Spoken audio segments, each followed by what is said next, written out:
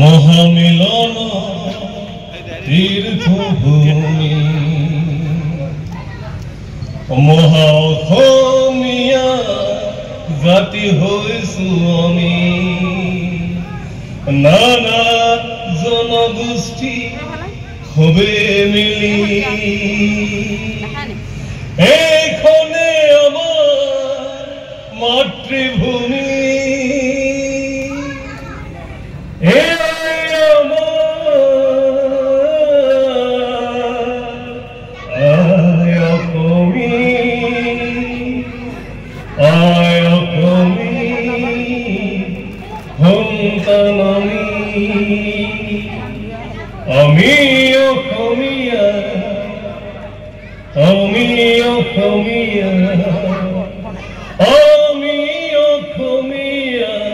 জাতি জয় অসম জয় অসম জয় অসম আমি অসমীয়া আমি অসমীয়া আমি অসমীয়া আজিৰ এই সভাখনত ধেমাজি জিলাৰ জনগোষ্ঠীয় সাংস্কৃতিক ঐক্য মঞ্চৰ অধিৱেশনত আজি মুকলি সভাৰ সভাপতিত্ব কৰা সভাপতি ডাঙৰীয়া আৰু আজিৰ সভাত উপস্থিত সমূহ বিভিন্ন জাতীয় সংগঠনৰ নেতৃবৃন্দ তথা বিশিষ্ট ব্যক্তিসকল সকলোতকৈ শ্ৰদ্ধাৰ ধেমাজিবাসী ৰাইজ তথা আজিৰ এই অনুষ্ঠানত অংশগ্ৰহণ কৰা সমূহ শিল্পীসকল সকলোকে জনগোষ্ঠীয় সাংস্কৃতিক ঐক্য মঞ্চ কেন্দ্ৰীয় সমিতি তৰফৰ পৰা আন্তৰিক অভিনন্দন জ্ঞাপন কৰিছো। আমি অসমীয়া কেতিয়াৰ পৰা অসমীয়া আৰু কোন কোন জনগোষ্ঠী অসমীয়া সেই কথাটো সকলোৱে আলাপ আলোচনা কৰাৰ দৰকাৰ আছে। আমি কেতিয়াৰ পৰা অসমীয়া আৰু কোন প্ৰথম অসমীয়া সকলোৱে জানে। উত্তৰ পূৰ্বাঞ্চলখন ৰাক্ষসৰ দেশ আছিল আৰু নৰকাসুৰ ৰাক্ষসেই প্ৰথম অসমীয়া আছিল। আৰু কি আহি আপোনালোকে জানে কুন্দিল নগৰ ৰুক্মিণীক আমাৰ স্বয়ং কৃষ্ণ ভগৱানে ইয়াৰ পৰা দ্বাৰকালৈ লৈ গৈছিল তথা বিয়া কৰোৱাইছিল। তেখেত অসমীয়া আছিল প্ৰথম নৰকাসুৰ ৰুক্মিণী। আৰু কথা হ'ল কি এতিয়া যদি ৰাক্ষসসকল প্ৰথম অসমীয়া আছিল, ৰাক্ষসসকল কোন আছিল? আমাৰ জনজাতিসকল আছিল। আমাৰ এতিয়াৰ জনজাতিসকলে মই মুছলিম, মই বড়ো, মই কাৰ্বি বা ইত্যাদি ইত্যাদি কৈ ভাল পায়। মই অসমীয়া বুলি ক'বলৈ টান পায় নে কি জানে, সেই কথাবোৰ উপলব্ধি কৰাৰ প্ৰয়োজন হৈছে। সেয়েহে জনগোষ্ঠীয় সাংস্কৃতিক ঐক্য মঞ্চই এই কথাবোৰক লৈ আমি সাংস্কৃতিকভাৱে চাওলুং চুকাফাৰ নেতৃত্বত ৰংঘৰ বাকৰিৰ পৰা যেনেদৰে আমাৰ অসমীয়া জাতি গঠন কৰাৰ এটা প্ৰক্ৰিয়া কৰিছিল, গুৰু শংকৰ গুৰুজনা যেনেকৈ আধ্যাত্মিকতাৰে সাংস্কৃতিকভাৱে অসমীয়া জাতিক একতাৰ কথা চিন্তা চৰ্চা কৰিছিল, বিষ্ণু ৰাভা জ্যোতিপ্ৰসাদ শেষত আমাৰ ভাতৃপ্ৰতিম গণশিল্পী ৰাজীৱ শদিয়াৰ গানে য'ত সুধা কণ্ঠ জন্ম হৈছিল শদিয়াত, তেখেতলোকৰ প্ৰাণে প্ৰাণে প্ৰতিটো কণ্ঠৰ তেজে তেজে অসমীয়াৰ জাতিৰ অস্তিত্বৰ কথা, অসমখনৰ কথা কৈ গৈছে ভূপেন হাজৰিকা দেৱৰ গানত, আজি ৰাজীৱ শদিয়াৰ গানত। কিন্তু আমাৰ বৰ্তমান মই মিচিং জনগোষ্ঠী, মই বড়ো জনগোষ্ঠী, মই অসমীয়া নহয়। মিচিং জনজাতিবিলাকে কয় 80-90% মই অসমীয়া গাঁৱলৈ যাওঁ। নিজে যে অসমীয়া এই কথাটো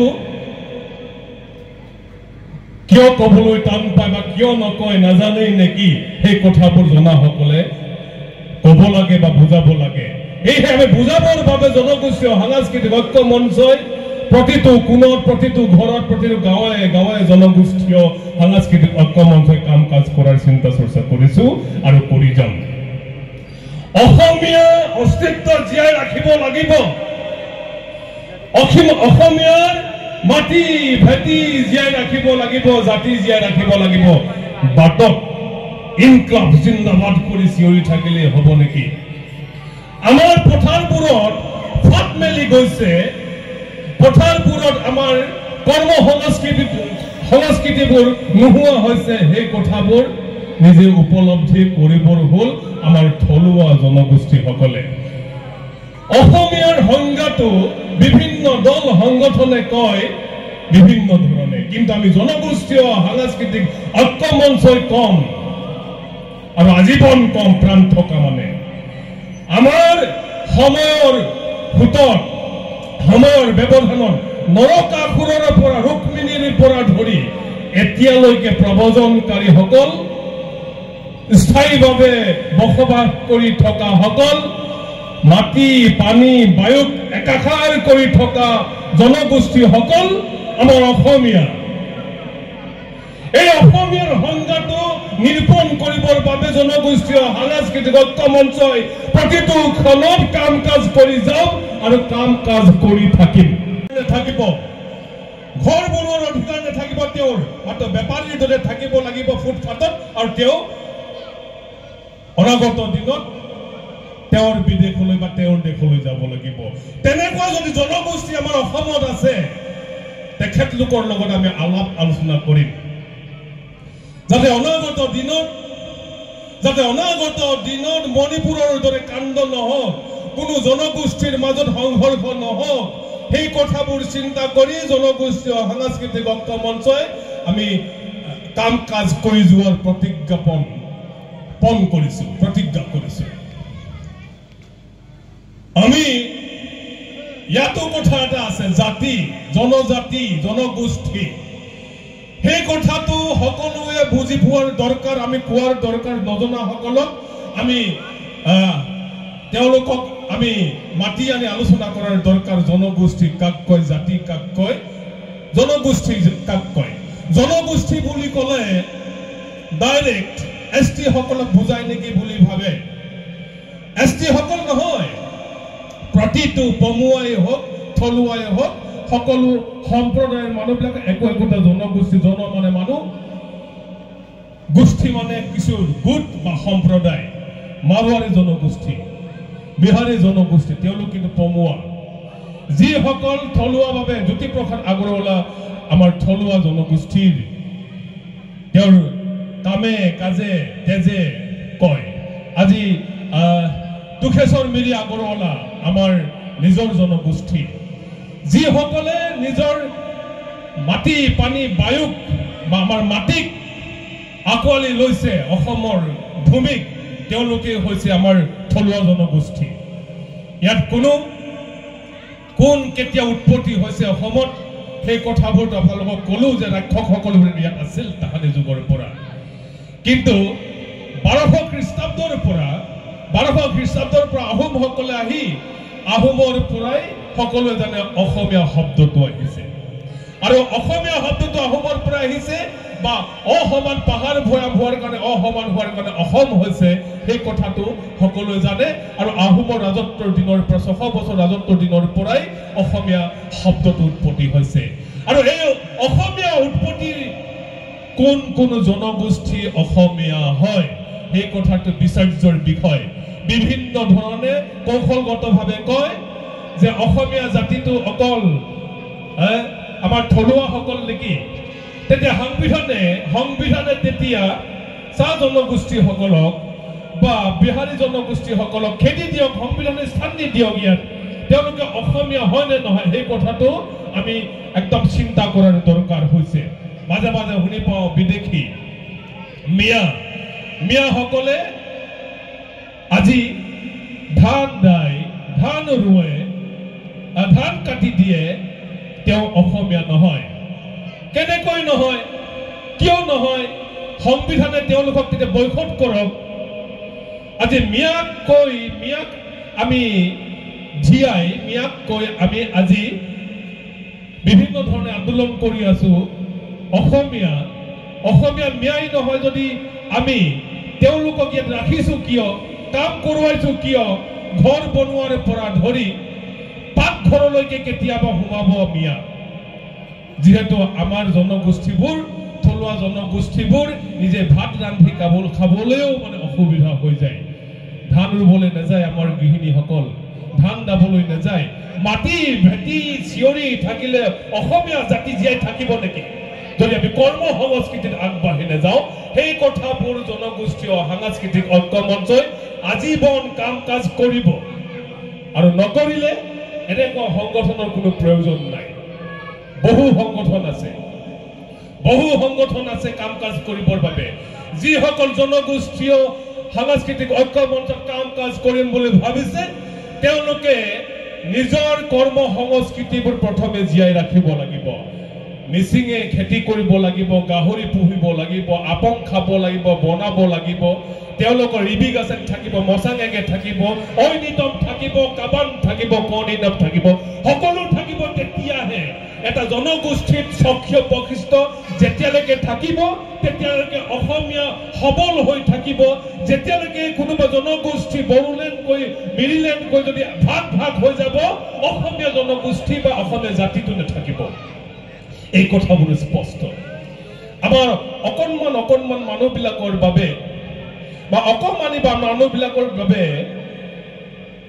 এই জনগোষ্ঠীয় সাংস্কৃতিক ঐক্য মঞ্চৰ যি চিন্তা চৰ্চা, বা মই ক'ব বিচাৰিছো অকণমান বা কোনো অখ্যাত মানুহ বা অকণমানি মানুহবিলাকে চিন্তা চৰ্চা কৰাৰ কাৰণে জনগোষ্ঠীয় সাংস্কৃতিক ঐক্য মঞ্চৰ সহযোগ এতিয়া অনলি অসমত 10% বা 50% হৈছে।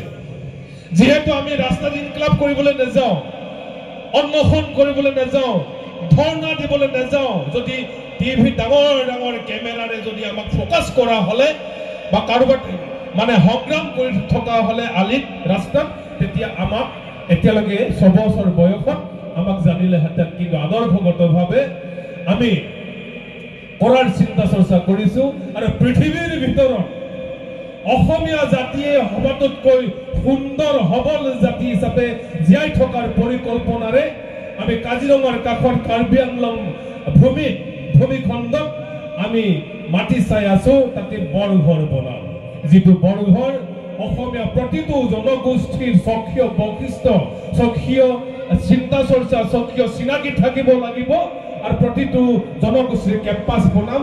অসমক বা অসমীয়া জাতিটোক বিশ্বই একেলগে দেখা পাব, আৰু অসমীয়া জাতিক তেতিয়াহে গম পাব যে বিশ্ব যে এটা সম্প্ৰদায়ৰ জাতি নহয়। সেয়েহে মই ক'ব বিচাৰিম, জনগোষ্ঠীয় সাংস্কৃতিক ঐক্য মঞ্চৰ সমূহ কৰ্মকৰ্তা নিজৰ ঘৰত যেনেকৈ খাবৰ বাবে আমি কাম কাজ কৰোঁ, জীয়াই থাকিবৰ বাবে কাম কাজ কৰোঁ, তেনেকুৱা ধৰণৰ নিজৰ বুলি সকলোৱে ভাবক। তাৰপিছত আমাৰ নিজৰ কাম কাজ কৰি যাওক, তেতিয়া সুস্থ সবল অসমীয়া জাতি হৈ আমি জীয়াই থাকিব পাৰিম। মই বৰ বেছি নকম। আমাৰ ভূমিকা হৈছে জনগোষ্ঠীসমূহ যাতে অনাগত দিনত ফাট মেলি নাযাওক, বড়োলেণ্ড, মিচিংলেণ্ড কৈ, কাৰ্বিলেণ্ড কৈ যাতে আৰু অসম ভূমিখণ্ডক খণ্ড বিখণ্ড নকৰক, সেই কথাটো প্ৰথম কথা। আৰু দ্বিতীয় কথাটো হৈছে পংগুৰ লিখিয়াকৈ জীৱন যাপন কৰা বৰ্তমান অসমীয়া জাতিটো হ'ব ধৰিছে।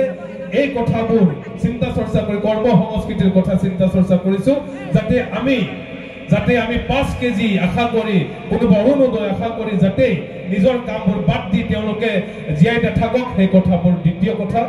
আৰু তৃতীয় কথাটো হৈছে অসমৰ জনগোষ্ঠীবোৰ যাতে তেওঁলোকৰ চিনাকিবোৰ যাতে লুপ্ত হৈ নাযায়, তেওঁলোকৰ কৃষ্টি সংস্কৃতি পৰম্পৰা ৰীতি নীতিবোৰ ধৰি ৰাখিবৰ বাবে আমাৰ বৰঘৰ মজিয়াত কাজিৰঙাৰ যিটো বৰঘৰ হ'ব তাতে নিজৰ নিজৰ কেম্পাছত একদম জন্মৰ পৰা মৃত্যুলৈকে যিবোৰ দৈনন্দিন জীৱন যাপন কৰা প্ৰক্ৰিয়া থাকে সকলো তাত সন্নিৱিষ্ট কৰিব লাগিব। আৰু চতুৰ্থতে ক'ব বিচাৰিম আমাৰ জনগোষ্ঠীয় সাংস্কৃতিক ঐক্য মঞ্চৰ কোনো ধৰ্ণা কাৰ্যসূচী কোনো ইনকলাব জিন্দাবাদৰ ৰাস্তাই পদূলি আমি চিঞৰ বাখৰ কৰা নাই। সেয়েহে আমি আমাৰ লক্ষ্য উদ্দেশ্য জনাবৰ বাবে বা আমাক সজাগ সচেতন কৰিবৰ বাবে অসমীয়া জাতিটোক অহা বহাগৰ আমি 17 তাৰিখ 1 মে'ৰ পৰা 1 জুনলৈকে ঐক্যৰ অসমীয়া জাতিৰ ঐক্যৰ যাত্ৰা কৰাৰ চিন্তা চৰ্চা কৰিছিলোঁ, কিন্তু পঞ্চায়ত ইলেকশ্যনৰ বাবে আমি ৰৈ আছো। যেতিয়া অধিসূচনা জাৰি কৰিব তেতিয়াই আমি পাৰ্মিশ্যন ল'ম আৰু পঞ্চায়ত ইলেকশ্যনৰ দুদিনৰ পাছতে আমি এই যাত্ৰা আৰম্ভ কৰিম। আৰু ক'বলগীয়া হ'লে পিছত কম, কাৰোবাৰ যদি প্ৰশ্ন উদয় হয় তেতিয়া মই ক'বলৈ চেষ্টা কৰিম। আৰু মই বৰ বেছি নকওঁ, আমি যে বৰঘৰ সাজিম এই বৰঘৰ এতিয়া আমাৰ চিন্তা চৰ্চাৰে আমি গীত ঠিক কৰিছোঁ, এই গীত গাই মই আজি মোৰ বক্তব্য সামৰিম।